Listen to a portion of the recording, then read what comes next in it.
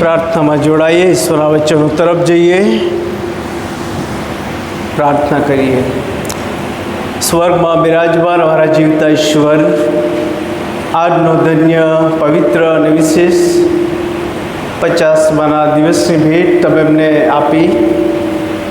તમારો આભાર માનીએ છીએ. તમારા ઘરમાં તમારું વચન કરવાને માટે, તમારા વચનો શીખવાને માટે તમે લઈ આવ્યા. તમારા નામને ધન્યવાદ આપતા તમારી સ્તુતિ કરીએ છીએ. ચર્ચ, કેમ્પસ અને જ્યાં જ્યાં પ્રભુ તમારું વચન, તેનો અવાજ જાય એ જગ્યાને પ્રભુ તમારા અધિકાર હેઠળ રાખજો. વચન સમજવા, શીખવા અને ગ્રહણ કરવા પ્રભુ પવિત્ર આત્મા દેવ તમે સહાયની મદદ કરો. પ્રાર્થના કરીએ છીએ ગુજરાત ડાયોસીસના હાથમાંની મંડળીઓ માટે, સમગ્ર વિશ્વમાં જ્યાં જ્યાં તમારું વચન આવી રહ્યું અને આવશે એ જગ્યાઓને પણ પ્રભુ પવિત્ર આત્મા દેવ તમે ભીંજવજો, આશીર્વાદિત કરજો. પ્રભુ ઈસુના નામમાં અમારી પ્રાર્થના સાંભળી સ્વીકાર કરો. આમેન. આજના 50મા દિનની ભજન સેવામાં આપ સર્વને પ્રભુ ઈસુ ખ્રિસ્તના નામમાં પ્રેમી સલામ પાઠવું છું. એ સાથે આજનો આ દિવસ ઈશ્વરે આપણને આપ્યો છે, ત્યારે આપણી અડોશ પડોશમાં જેઓ બેઠા છે તેમને તમે એક નાનો શબ્દ કહી દો, હેપી પેન્ટિકોસ્ટ ડે, અથવા 50મા દિવસની શુભેચ્છા અને સલામ. અડોશ પડોશમાં ક્યાંક ઊંઘ આવતી હોય, જોખું આવતું હોય, જાગી પણ જાય ને. Yes, thank you. વચન પહેલાં કદાચ આવી નાની નાની એક્સરસાઇઝ આપણા જીવનને માટે, વચનની તત્પરતાને માટે આપણને તૈયાર કરતી હોય છે. પ્રભુનો આભાર માનીએ છીએ. 50માનો દિવસ એ મંડળીને માટે, મંડળીના ઇતિહાસને માટે, દરેક ખ્રિસ્તીને માટે ખૂબ જ અગત્યનો અને મહત્ત્વનો છે. 50માના દિવસની જ્યારે આપણે વાત કરવા જઈ રહ્યા છે ત્યારે ઈશ્વરનો આભાર માનીએ છીએ કે 50માના દિવસની ભેટ ઈશ્વરે મંડળીને આપી, અને મંડળીમાં 50મા દિવસને આપી, અને થયેલું અત્યાર સુધીનું જે અદ્ભુત કાર્ય છે એ કાર્યને પ્રભુ આશીર્વાદિત કરે છે. યોએલ 2:38-28 અંત સુધી આપણે જોયું. ત્યારબાદ પ્રેરિતોના કૃત્યો તેનો 2 અધ્યાયની પ્રથમ 13 વચનો વાંચ્યા, અને યોહાનની સુવાર્તા 15મો અધ્યાય 26 અને 27મી કલમ પણ આપણે વાંચી. એ ઉપરાંત બીજા ઘણા બધા વચનો છે કે જે બાઇબલ દ્વારા આપણને બતાવે છે કે પવિત્ર આત્મા શું છે, પવિત્ર આત્મા કેવી રીતે કામ કરે છે, પવિત્ર આત્મા મંડળી સાથે કેવી રીતે રહે છે, વર્તે છે અને મંડળીને દોરે છે. પવિત્ર આત્મા એમ કહે છે ત્યારે ઘણી બધી ગેરમાન્યતાઓ પણ તે જમાનામાં હતી, એટલે કે મંડળીની શરૂઆતમાં હતી, અને વર્તમાન સમયમાં પણ એટલી જ ઘણી બધી ગેરમાન્યતાઓ પણ ઉદ્ભવે છે. એટલું જ કે એ તમામ ગેરમાન્યતાઓને પ્રભુના વચન દ્વારા વ્યક્તિગત અભ્યાસ કરીએ અને એ રીતે આપણે જોઈએ. કદાચ હું ખોટો હોઈ શકું. આજે ઘણા બધા લોકો ગૂગલ, યુટ્યુબ કે અન્ય માધ્યમોનો બાઇબલ કરતાં વધારે ઉપયોગ કરીને બાઇબલની સત્યતા શોધવા માંગે છે. આ બધી ફેસિલિટી છે, એ બધી વ્યવસ્થાને માટે આભાર, પણ મૂળભૂત સ્ત્રોત એ બાઇબલ છે. પવિત્ર આત્મા સંબંધીની સમજ, એની સત્યતા આમાંથી આપણને મળે છે. એનાથી થોડો આગળ જઈને એમ પણ કહીશ, ઘણા બધા લોકો પ્રભુનું વચન આપણા ઘરમાં, આપણા બેગમાં, આપણી સાથે હોય તેમ છતાં એવું વિચારે, એવી અપેક્ષા રાખે છે કે પવિત્ર આત્મા આ જગ્યા પર મળશે, આ વ્યક્તિ પર મળશે, અને લોકો એક બીજી રીતે ત્યાં જતાં પણ આપણે જોઈએ છે. એ બધી વ્યવસ્થાની સેવાને માટે આભાર, મેં કહ્યું તે પ્રમાણે આપણો વેશ પ્રભુનું વચન હોવો જોઈએ. અને જ્યારે આપણે પ્રભુનું વચન વાંચીએ છીએ ત્યારે પ્રભુ પવિત્ર આત્માદેવ આપણી સહાયની મદદ કરે છે. તિમોથીના પત્રમાં અગાઉ આપણે જોઈ ગયા કે દરેક શાસ્ત્ર ઈશ્વર પ્રેરિત છે, કોઈ માણસે લખ્યું નથી. એ પવિત્ર આત્માની દોરવણીમાં સમગ્ર વિશ્વભરમાં, કોઈક અમેરિકામાં હોય તો કોઈક ઓસ્ટ્રેલિયામાં હોય, કોઈક ન્યૂઝીલેન્ડમાં હોય તો કોઈક જર્મનમાં હોય, વિશ્વના જુદા જુદા ભાગોમાંથી ઈશ્વરે એના સેવકોને તૈયાર કર્યા અને 40 જેટલા લેખકો પવિત્ર આત્માની દોરવણીમાં પ્રભુનું વચન લખી શક્યા. એ ખૂબ લાંબો સમય હતો, 1600 વર્ષનો સમય હતો. અને બધા સમય દ્વારા આ વચન આપણને મળ્યું. ગૂગલ તો કાલે આવીને, આટલા વર્ષે આવી હું નથી કહેતો, હું તો કાલે જ કહીશ. ગૂગલ તો કાલે જ આવી, યુટ્યુબ પણ કાલે આવ્યું, પણ તમારા ને મારા દેવનું વચન એટલો ઘણા બધા વર્ષો પહેલાંથી આવ્યું છે. અને એના લેખક પવિત્ર આત્મા પોતે છે. અને જુદા જુદા વ્યક્તિઓનો ઉપયોગ કરીને આપણને એ મળ્યું છે. અને વર્તમાન સમયમાં આપણે જોઈએ છીએ જુદા જુદા વર્ઝન્સમાં છે, આપણા મોબાઈલમાં છે, સાથે પ્રિન્ટ દ્વારા પણ આપણને જુદા જુદા વર્ઝનમાં મળે છે. ગઈકાલે આપણે મંદિરે જોવાના બાઇબલ સોસાયટીમાં લઈ જવામાં આવ્યા અને ત્યાં જુદા જુદા વર્ઝનો બતાવવામાં આવ્યા, સમજ આપવામાં આવી. અને પ્રભુનું વચન લોકોની જરૂરિયાત પ્રમાણે, લોકોની પરિસ્થિતિ પ્રમાણે બાઇબલ સોસાયટી એને એડ્રેસ કરીને તૈયાર કરતી હોય છે અને પ્રકાશન અને વિતરણ કરતી હોય છે. એ પ્રભુ પવિત્ર આત્માનું કાર્ય છે. મૂળ આપણે આપણા શાસ્ત્ર ભાગ તરફ આપીએ. પ્રેરિતોના કૃત્યો 2 અધ્યાય અને તેની પહેલી કલમમાં આ પ્રમાણે લખવામાં આવ્યું છે. શું લખવામાં આવ્યું છે? 50માનો દિવસ આવ્યો. 50માનો દિવસ આવ્યો. 2 અધ્યાયની પહેલા વચનનો પહેલો શબ્દ 50માનો દિવસ, ડે ઓફ પેન્ટિકોસ્ટ ડે. એના સંબંધી એના મૂળ એ તો છેક જૂના કરારમાં જાય છે. યહૂદી પ્રજા સાથે જોડાયેલા છે અને એ 50માનું પર્વ યહૂદીઓને માટે, ઇઝરાયલને માટે, સમસ્ત વિશ્વને માટે ખૂબ જ મહત્ત્વનું અને અગત્યનું છે. અને જ્યારે આપણે જોઈએ છીએ ત્યારે 50માનો દિવસ એમ કહીએ છીએ ત્યારે, 50માનું પર્વ એમ કહીએ છીએ ત્યારે નિર્ગમન 12ની વાત આવે, નિર્ગમન 23ની વાત આવે, પુનર્નિયમ 8 ને ત્યાર પછીના જે વચનો છે ત્યાંની વાત આવે. અને એનો મૂળ એ છેક ત્યાં જોડાયેલા છે. 50મા દિવસ સાથે જોડાયેલી કેટલીક જે બાબતો છે એ તો એ છે, ઈશ્વરે ઇસરાયેલ પ્રજાને મિસ્રની ગુલામીમાંથી બહાર કાઢ્યા અને ત્યાર પછી ઈશ્વરે જુદા જુદા પર્વો ઈશ્વરે આપ્યા. નિર્ગમન 23 તરફ જ્યારે તમે દૃષ્ટિ કરો ત્યારે 3 પર્વોની ત્યાં વાત જોવા તમને મળે છે. અને એ પર્વ તો તમે જોઈ શકો, કાપણી પર્વ, પ્રથમ ફળ પર્વ, બેખમી રોટલીનું પર્વ, કાપણી પર્વ અને સંગ્રહ પર્વ. આ પર્વોની વાત ત્યાં જોવા મળે. ત્યાંથી એના પછીનું પુસ્તક લેવી 23 તરફ જો જઈએ ત્યારે ત્યાં 7 મુક્કર પર્વોની વાત આવે છે. મેં જો કે નોંધ્યું છે, વાંચવાનું નથી. એ 7 મુક્કર પર્વો એ પણ ઈશ્વર તરફથી ઇસરાયેલ માટે આપવામાં આવ્યા હતા. હવે જો ઇસરાયેલ એમ કહીએ છીએ ત્યારે આ ઇસરાયેલ ખેતી સાથે જોડાયેલી હતી અને ખેતી સાથે જોડાયેલું આ પર્વ હતું.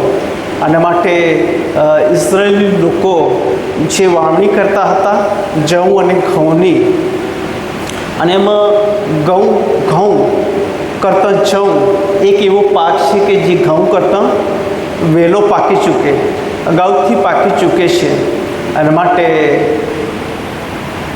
જ્યારે જવ પાકે એનો પ્રથમ પાક, પ્રથમ પૂળી પ્રભુને માટે, અર્પણને માટે લઈ આવવામાં આવતી હતી. અને ઘઉંનો પાક ત્યાર પછી મોડો પાકે અને એને પણ લઈ આવવામાં આવતો હતો. પ્રથમ ફળ તરીકે એ જવ હોઈ શકે, ત્યાર પછી કાપણી માટે ઘઉંની વાત આવે અને અર્પણની વાત આવે જ, અને ખેતી સાથે જોડાયેલા અને આ બે પાકોની વાત કરી, પરંતુ બીજા પાકો અને બીજા ફળ ઝાડોની પણ વાત આવે જ. એ બધા જ ઈશ્વરને માટે છે. ઈશ્વર તેમને જે આશીર્વાદ આપે છે એને યાદ કરતાં પ્રભુની પાસે લાવવાની વાત આવે છે. એ સાથે સાથે જો આપણે એને સપ્તાહનું પર્વ પણ કહીએ છીએ, 7 અઠવાડિયાનું પર્વ, 7 સપ્તાહનું પર્વ, 7 7 49, અને પછી 50માનો દિવસ એમ કહેવામાં આવ્યું છે. ત્યારે 50 દિવસની વાત આવે જ. અને 7 સપ્તાહનો પર્વ ઈસરાયલ જ્યારે ઉજવે છે અને 2 ખમી રોટલીનું પર્વ પાડે છે, ત્યારે ઈશ્વરનો આભાર માને છે, પ્રાર્થના કરે છે અને ઈશ્વરની પાસે આવે છે.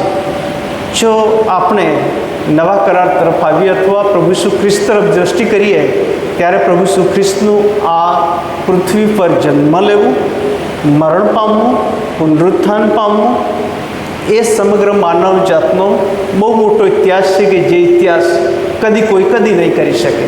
ક્રિકેટ હોય કે ફૂટબોલ હોય, તેંડુલકર હોય કે રોનાલ્ડો હોય, એ એમની ઊંચાઈ બનાવી શકે, અને ત્યાર પછી આવનારા બાકીના પ્લેયર્સો ઘણા લાંબા વર્ષો પછી પણ એની ઊંચાઈ બનાવી શકે, એક મોટો કીર્તિમાન ઊભો કરીને એ ઇતિહાસ રચી શકે. પરંતુ પ્રભુ ઈસુ ખ્રિસ્તનો જન્મ, પ્રભુ ઈસુ ખ્રિસ્તનું મરણ અને પ્રભુ ઈસુ ખ્રિસ્તનું પુનરુત્થાન આ પૃથ્વી પર કદી કોઈ એ ઇતિહાસને ઓવરટેક કરી શકે નહીં, એનાથી આગળ જઈ શકે નહીં, કેમ કે એ આખી યોજના ઈશ્વર પિતાની હતી. અને માટે સમયની સંપૂર્ણતાએ ઈશ્વરે પોતાના પુત્રને જગતમાં મોકલ્યા અને તેના દ્વારા જ આપણો ઉદ્ધાર થયો છે, પાપોની માફી આપણને મળી છે. અને જ્યારે પ્રભુ ઈસુ ખ્રિસ્ત પુનરુત્થાન પામે છે, પુનરુત્થાન પામ્યા પછી 40 રાત દિવસ પોતાના લોકોની સાથે રહે છે, અને 40 રાત દિવસ પ્રભુ ઈસુ ખ્રિસ્ત પોતાના લોકોની સાથે રહે છે. એ સમય દરમિયાન પુનરુત્થાનની સત્યતા, પુનરુત્થાનની સાબિતી, સ્વર્ગમાંની જે મોટી વાતો અનેક વખત અનેક લોકોને જણાવી હતી. અને ઘણા બધા લોકો એ દરમિયાન જો કે ભયભીત હતા, ગભરાયેલા હતા, અને એ સત્યતા પ્રભુ જણાવે છે પુનરુત્થાન પામેલા. અને એમાં પ્રભુ ઈસુ ખ્રિસ્તની માં, તેમના શિષ્યો અને બીજા પ્રેરિતો હતા કે જેઓ વિશ્વાસ દ્વારા એ વિશ્વાસમાં તેઓ વૃદ્ધિ પામ્યા અને આગળ વધ્યા. હવે પ્રભુ ઈસુ ખ્રિસ્તે ના સંબંધી જ્યારે આપણે જોઈએ છીએ, ત્યારે ડૉક્ટર લુક આ પ્રમાણે નોંધે છે, પ્રેરિતોના કૃત્યો 1 અને તેના 3 વચનમાં, મરણ સહ્યા પછી તેણે પોતે સજીવન થયાની ઘણી સાબિતી આપી, અને 40 દિવસ દરમિયાન તે તેઓને દર્શન દેતો અને દેવના રાજ્ય વિશેની વાતો કહેતો રહ્યો. પ્રભુ ઈસુ ખ્રિસ્ત પોતાના લોકોને દેવની વાતો કહેતા રહ્યા. ત્યાંથી સીધા 8મા વચનમાં આવીએ છીએ, ત્યારે પ્રભુ ઈસુ ખ્રિસ્ત એમ કહે છે, પણ પવિત્ર આત્મા, ઈશ્વરના આત્માની દ્રોણથી આવશે ત્યારે, તમારા પર આવશે ત્યારે તમે સામર્થ્ય પામશો, અને જેરુસલેમમાં, આખા યહૂદિયામાં, સમરૂનમાં તથા પૃથ્વીના છેડા સુધી તમે મારા સાક્ષી થશો. અને આજે સમસ્ત વિશ્વ તરફ આપણે દૃષ્ટિ કરીએ છીએ, ત્યારે ઈશ્વરના પવિત્ર આત્મા દ્વારા અદ્ભુત કાર્ય આપણે થતું જ જોઈએ છીએ. અને પ્રભુ ઈસુ ખ્રિસ્તનું સ્વર્ગારોહણ થયું ત્યારે જે વાણી, જે અવાજ તેમની સામે આવ્યો ગાલિલના લોકોની પાસે, એ 11મા વચનમાં છે, ગાલિલના માણસો, તમે આકાશ તરફ જોતા કેમ ઊભા રહ્યા છો? એ જ ઈસુ જેને તમારી પાસેથી આકાશમાં લઈ લેવામાં આવ્યો છે, તે જેમ તમે તેને આકાશમાં જતાં જોયો તેમજ પાછો આવશે, તેમજ પાછો આવશે. અને એના પછી યહૂદા ઇસ્કારિયોત સિવાયના જે શિષ્યો હતા એમનું લિસ્ટ અહીંયા મૂકવામાં આવ્યું છે 13મા વચનમાં. અને ત્યાર પછી બહુ મહત્ત્વનું વચન 14મું વચન, એ સગળા સ્ત્રીઓ સહિત તથા ઈસુની મા મરિયમ અને તેના ભાઈઓ એક ચિત્તે પ્રાર્થનામાં લાગુ રહેતા હતા. બહુ મહત્વનું. દુઃખ સાથે કહી શકાય કે 8-10 બહુ 12 જણ બુધવાર અને શુક્રવારની પ્રાર્થનામાં એ ચહેરાઓ હું જોઉં છું કે જે નિયમિત છે. ગઈકાલે જ્યારે મણિનગરમાં અમે ગયા ત્યારે પ્રાર્થના ચાલતી હતી ચર્ચમાં. મુલાકાત કરવામાં આવી, કહેવામાં આવ્યું તે પ્રમાણે કે જ્યારે 50માનું પર્વ આવી રહ્યું છે અને ગઈકાલે સાંજેની પૂર્ણાહુતિ પણ હતી અને માટે મળીના એવા મિત્રો અને પ્રાર્થના મિત્રો કે જેઓ પ્રાર્થનાને માટે અવિરત પ્રભુના ઘરમાં આવે. 210 કલાકની પ્રાર્થના, 210 કલાકની પ્રાર્થના કલ્પી શકાય. અને એક બેને ટૂંકી માહિતી રજૂ કરતાં એમ કહ્યું, અરે આ પાળક સાહેબને શું થઈ ગયું કે આવી જાહેરાત કરી, આવી વાત કરી અને આવી વાત મૂકી. 210 કલાક તો કોઈ પ્રાર્થના કરતો હશે અને કોણ આવશે ચર્ચમાં? અને પછી એમણે પોતાને એમ કહ્યું કે આવું થતું હતું મને પણ જ્યારે અમે પ્રાર્થનામાં મળતા ગયા આવતા જ ગયા. અને હવે જ્યારે આજે સાંજેની પૂર્ણાહુતિ થાય છે ત્યારે પ્રભુના ઘરમાં ને પ્રાર્થનાથી અમે જાણે એકબીજાથી અલગ થઈએ એવું અમને ગમતું નથી. પ્રાર્થના અને પ્રાર્થનાની સેવા, પ્રાર્થના અને પ્રાર્થનાનું બળ એ આપણા જીવનોમાં અને ઘણા બધા જીવનોમાં ઘણા બધા આશીર્વાદો લાવે છે, ઘણા બધા ફેરફારો લાવે છે. અને માટે આપણી અંગત પ્રાર્થના હોય, કૌટુંબિક પ્રાર્થના હોય કે મળી તરીકે જ્યારે આપણે પ્રાર્થનામાં આવીએ છીએ ત્યારે અચૂક એ સમયને આપણે સાચવીએ. પ્રાર્થનામાં આપણે આવીએ છીએ એ મહત્ત્વનું નથી કે સંખ્યા કેટલી છે, એ મહત્ત્વનું છે કે આપણે આપણા વિશ્વાસના અગ્રેસર પ્રભુ તરફ જોઈને તેની પાસે આપણે જઈ રહ્યા છીએ અને પ્રાર્થનામાં ઈશ્વરની પાસે આપણે માંગી રહ્યા છીએ. હવે આ 50માના દિનની જ્યારે આપણે વાત કરી રહ્યા છીએ તે અગાઉ આ 14મું વચન જોયું. પ્રાર્થનામાં તેઓ એક ચિત્તે લાગુ હતા. અને 15મું વચન આપણે જોઈએ છીએ ત્યાં સંખ્યા બતાવવામાં આવી છે. 120 માણસો, 120 માણસો ત્યાં ભેગા હતા, પ્રાર્થનામાં હતા.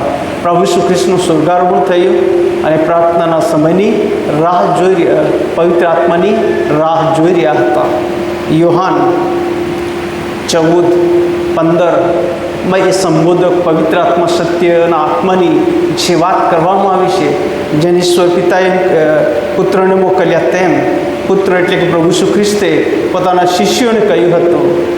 સંબોધક એટલે બીજો આત્મા, સત્યનો આત્મા, જે હું તમને સદા રહેવાને માટે મોકલી આપીશ, સદા રહેવાને માટે મોકલી આપીશ. અને મંડળીના ઇતિહાસમાં મંડળીના પર 50માના દિવસે એ પવિત્ર આત્મા આવ્યો. ત્યારથી અત્યાર સુધી એ ઈશ્વરનો પવિત્ર આત્મા મંડળી મધ્ય રહીને અને મંડળીની મારફતે કાર્ય કરી રહ્યો છે. પ્રભુની જે મંડળી છે એ મંડળીને નાશ કરવાને માટે ઇતિહાસ તરફ આપણે દૃષ્ટિ કરીએ અથવા ભૂતકાળ તરફ આપણે દૃષ્ટિ કરીએ, એ મંડળીનો નાશ કરવાને માટે ઘણા બધા આવ્યા અને ગયા. પણ મંડળી આજે જીવંત છે, કેમ કે મંડળીને એનો પવિત્ર આત્મા દોરે છે, આગેવાન આપે છે. અને આ 50માના દિવસે જ્યારે પવિત્ર આત્માનું આગમન થયું ત્યારે 3 બાબતો આપણે જોઈએ છીએ 2, 3 અને 4 વચનમાં. આંધી, અગ્નિ અને ત્યાર પછી અન્ય ભાષા. આંધી, અગ્નિ, અન્ય ભાષા, આ 3 શબ્દો મહત્ત્વના છે. અને એના સંબંધી જ્યારે ડીપમાં આપણે જઈએ તો ઘણું બધું આપણને શીખવા મળે છે. અને એ તો ઈશ્વરનું કાર્ય કરવાની ખાસ પદ્ધતિ હતી અને એનો અનુભવ ત્યાં જેઓ હાજર હતા એમણે કર્યો. પછી 5મા વચનથી જો આપણે જઈએ છીએ 12મા વચન સુધી, આમ તો 11 સુધી, લગભગ 16 કે 17 પ્રકારના લોકો અથવા વિસ્તારમાંથી આવેલા ભાઈ બહેનો એક સ્થળે હતા અને એમણે આ અનુભવ કર્યો. અન્ય ભાષાઓ પણ બોલવા લાગ્યા. અને તે સમયે કેટલાક જે ગાલિલવાસીઓ હતા એમને નવાઈ લાગે છે. બીજા ત્યાં આજુબાજુના પ્રાંતના લોકો હતા, એમને પણ નવાઈ લાગે છે. આ શું બની રહ્યું છે, કેવી રીતે બની રહ્યું છે? પરંતુ એના તરફ જ્યારે ફરીથી યહૂદી ભૂતકાળને આપણે જોઈએ, એના ઇતિહાસ તરફ આપણે દૃષ્ટિ કરીએ, ત્યારે યહૂદી લોકો પ્રભુ ઈસુ ખ્રિસ્ત પર વિશ્વાસ જેમણે કર્યો હતો અને એના પછી જુદી જુદી જગ્યાએ વિખેરાઈ પણ જાય છે. એ અગાઉ પણ જુદા જુદા પ્રાંતોમાં, જુદા જુદા દેશોમાં વિખેરાઈ જાય છે. અને જ્યારે તેઓ અહીંયા આ અનુભવ કરે છે ત્યારે તેઓ નવાઈ પામે છે. કેટલાકે તો મજાક મસ્તી કરી, ઠઠ્ઠા કર્યા અને કહ્યું કે આ લોકોએ નવો દ્રાક્ષારસ પીધેલો છે. અને આવી મજાકના ભોગ મંડળી આગેવાનો પણ બન્યા હતા.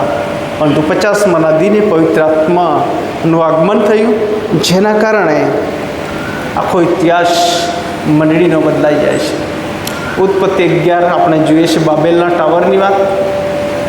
ત્યાં પણ જે ભાષાની વાત આવે છે, લોકો એક મનના થઈને એક જ ભાષામાં એ કામ કરતા હતા. ઈશ્વરે તેમને અલગ પાડી દીધા ભાષાની મારફતે, ગૂંચવણ. અને તેઓ બધા ગૂંચવાયા, વિખેરાઈ ગયા. અહીંયા આપણે જોઈએ છીએ 50માના દિવસે આ ભાષા, અન્ય ભાષાનો અનુભવ અનેક લોકો કરે છે. અન્ય ભાષા એમ કહીએ છીએ ત્યારે અનેક વખત લોકો આના સંબંધી પણ ગેરસમજો ઊભી કરતા હોય છે. અને માટે જ પાઉલ પ્રેરિત 1 કોરિન્થી 14મા અધ્યાયમાં ભાષા કે અન્ય ભાષા એ શું છે એની સમજ પણ આપે છે. એની કેટલીક ગેરસમજો છે એની વાત પણ કરે છે. ખ્રિસ્તમાં વાલા ભાઈ બહેનો, આજે 50માના દિનનું પર્વ ઈશ્વર તમને મને આપ્યું છે, વર્તમાન પેઢીને આપ્યું છે. ત્યારે આપણે એ ભૂતકાળને જોઈએ. પ્રભુ ઈસુ ખ્રિસ્તના પૃથ્વી પરથી સ્વર્ગમાં ગયા અને પ્રભુ ઈસુ ખ્રિસ્ત પુનરુત્થાન પામ્યા. ત્યાંથી એક જેઠ 50માના દિવસે મંડી પર પવિત્ર આત્માનું આગમન થયું અને આજે એ પવિત્ર આત્મા કામ કરી રહ્યો છે. કહેવાનો અર્થ, ઈશ્વર ઇસરાયેલી સાથે હતા, ઈશ્વર પોતાના લોકોની સાથે હતા. એ જ પવિત્ર આત્મા ઈશ્વર પોતે આજે મંડળીની સાથે છે. અને માટે આપણે જ્યારે બાપ્તિસ્મા આપીએ છીએ ત્યારે ત્રિએક ઈશ્વરની વાત આવે છે. કોઈક સેરેમની કરીએ અથવા રિબિન કાપીએ કે ઘર કે ગમે તે બિલ્ડિંગનું, ત્યારે પણ પવિત્ર આત્માની વાત કરીએ છીએ. અને છેલ્લે આશીર્વાદ માંગીએ છીએ ત્યારે પણ પવિત્ર આત્માની વાત આપણે કરીએ છીએ. પ્રેરિતોનું વિશ્વાસનામું આપણે બોલીએ છીએ ત્યારે ઈશ્વર પિતાને હું માનું છું, ઈશ્વર પુત્રને હું માનું છું અને ઈશ્વર પવિત્ર આત્મા પર વિશ્વાસ કરું છું, એવું આપણે કહીએ છીએ. ત્રિએક ઈશ્વર, ટ્રિયુન ગોડ જેને આપણે કહીએ છીએ, એ ત્રિએકતામાં એ એક જ ઈશ્વર છે, કોઈ અલગ ભાગ નથી. વર્તમાન સમયમાં પણ આપણે જોઈએ છીએ કે મંડળીમાં ઘણા બધા શિક્ષણને જુદે જુદે રસ્તે લઈ જઈને જુદી જુદી વાતો કહેનારા આપણે જોઈએ છીએ. અન્ય ભાષાની વાત હોય, પ્રાર્થનાની વાત હોય, સુવાર્તાની વાત હોય, સેવાની વાત હોય, અનેક વખત અનેક લોકો આવી ગેરસમજોથી બંધાય છે. અને અનેક વખત આપણે શું કરીએ, પોતે લોકો વાંધો નહીં, પણ જાણતા અજાણતા મારી પાસે મારા ગ્રુપમાં કંઈક આવ્યું હોય, હું બીજા ગ્રુપમાં ફોરવર્ડ કરું નહીં. એની સત્યતા સમજ્યા વગર ફરીથી કહીશ, તમને જે સમજ પડી છે ઉત્તેજનને માટે તમે લખો, સારી બાબત છે, પણ કોઈકે લખી નાખ્યું છે એ એમનો અનુભવ છે. અને પછી એની સત્યતા વગર જાણે અજાણે આપણે ફોરવર્ડ કરીએ, ત્યાર પછી બીજો ધક્કો મારે, ત્રીજો ધક્કો મારે, બધા ધક્કો મારતા મારતા ઘણું આગળ વધી જતું હોય છે. આવું ન થવું જોઈએ. પ્રભુના વચનનો, પ્રાર્થનાનો અને પ્રભુ સાથેના સંબંધનો અનુભવ કરીને આપણે જે કંઈ નાનું કે મોટું લખીએ પ્રભુના માટે, પ્રભુ પવિત્ર આત્માની દોરડી માટે અને દિશામાં ઈશ્વર આપણી સાથે રહે, સહાય કરે. બીજો શાસ્ત્ર ભાગ જો કે આપણે વાંચ્યો નથી, 14થી 21 યોએલ પ્રબોધકની જે વાણી છે. અને ત્યાર પછી જે પરિવર્તન આવ્યું છે 41મા વચનમાં, જો કે 37મા વચનમાં પિત્તરે આ બીજો સંદેશો આપ્યો ત્યારે લોકોના મન વિંધાઈ ગયા અને લોકોએ કહ્યું કે અમે શું કરીએ, અને કહેવામાં આવ્યું પસ્તાવો કરો અને ઈસુ ખ્રિસ્તના નામે દરેક તમારા માનવો, બાપ્તિસ્મા પામો, જેથી તમારા પાપનું નિવારણ થાય, તમને જીવન મળશે, ભરપૂર જીવન મળશે. એ જ અનુભવ, એ જ વિશ્વાસ, એ જ ખાતરી સાથે આગળ વધવા ઈશ્વર આપણી મદદ કરે. એ સાથે સાથે કેટલાક બીજા પણ થોટ્સ તમારી સમક્ષ કદાચ મૂકીશ તો સ્થાને ગણાશે. ઘણા બધા લોકો એમ કહેતા હોય, શું આજે ઈશ્વરનો પવિત્ર આત્મા મંડળીમાં છે? ઈશ્વરનો પવિત્ર આત્મા શું આજે કુટુંબમાં છે? ઈશ્વરનો પવિત્ર આત્મા શું આજે આ વ્યક્તિમાં છે? આવો કોમન પ્રશ્ન વારંવાર સામે આવે અને એક યા બીજી રીતે તમે ને હું એની છણાવટ કરતા હોઈએ છીએ. પરંતુ શું આપણે કદી એવું કહ્યું છે ઈશ્વરનો પવિત્ર આત્મા મારામાં છે? ઈશ્વરના પવિત્ર આત્માની દોરવણી, એની આધીનતામાં શું હું કામ કરું છું? જો વ્યક્તિગત આત્મતપાસ એ જ પ્રશ્નથી જો કરવામાં આવશે ને, ત્યારે મંડળી, કુટુંબ એ પવિત્ર આત્માની ભરપૂર થઈને ઘણા બધા ફળો આપશે, જે શરૂઆતની મંડળીએ કર્યું હતું. એ દિશામાં પ્રભુ આપણી સાથે રહે, સહાય મદદ કરે. આમીન. પ્રાર્થનામાં જોડાઈને ત્યારબાદ 359 નંબરના ગીતમાં જઈશું જીવન દાનો જીવતા ઈશ્વરની હજુરમાં લાવીશું. પ્રાર્થના કરીએ. પ્રભુ 50મા દિવસની ભેટ તમે એમને આપી, પવિત્ર આત્મા મંડળી પર સદાન માટે આવ્યો અને આજે પવિત્ર આત્મા હંમેશ સમગ્ર વિશ્વની મંડળી, ભારતની મંડળી, ગુજરાતની મંડળી અને અમારી મંડળીમાં પ્રભુ કામ કરી રહ્યો છે. તમારો આભાર માનીએ, તમારી સ્તુતિ કરીએ છીએ. પવિત્ર આત્માની આધીનતામાં અને દોરવણીમાં સેવા કરવાને કામ કરવા અમારા બધાની સહાયની મદદ કરજો. પ્રભુ પવિત્ર આત્મા દેવ, અમે પ્રાર્થના કરીએ છીએ પવિત્ર આત્મા સંબંધીની ગેરસમજો અમારા માટેથી તમે દૂર કરજો અને હંમેશા અમે આત્માની આધીનતામાં જીવન જીવીએ, આત્માની આધીનતામાં સેવા કાર્ય કરીએ, આત્માની આધીનતામાં પ્રાર્થના કરીએ, આત્માની આધીનતામાં એકબીજાની પડખે અમે ઊભા રહીએ. એવું પ્રભુ તમે થવા દેજો. જેવા છે તેવા જ અમારી જાતોને તમારી પાસે લાવી અને નમી જઈએ. અમારી સાથે રહો, સહાય મદદ કરજો. પ્રભુ ઈશ્વરના નામમાં અમારી પ્રાર્થના સાંભળી સ્વીકાર કરો. આમેન.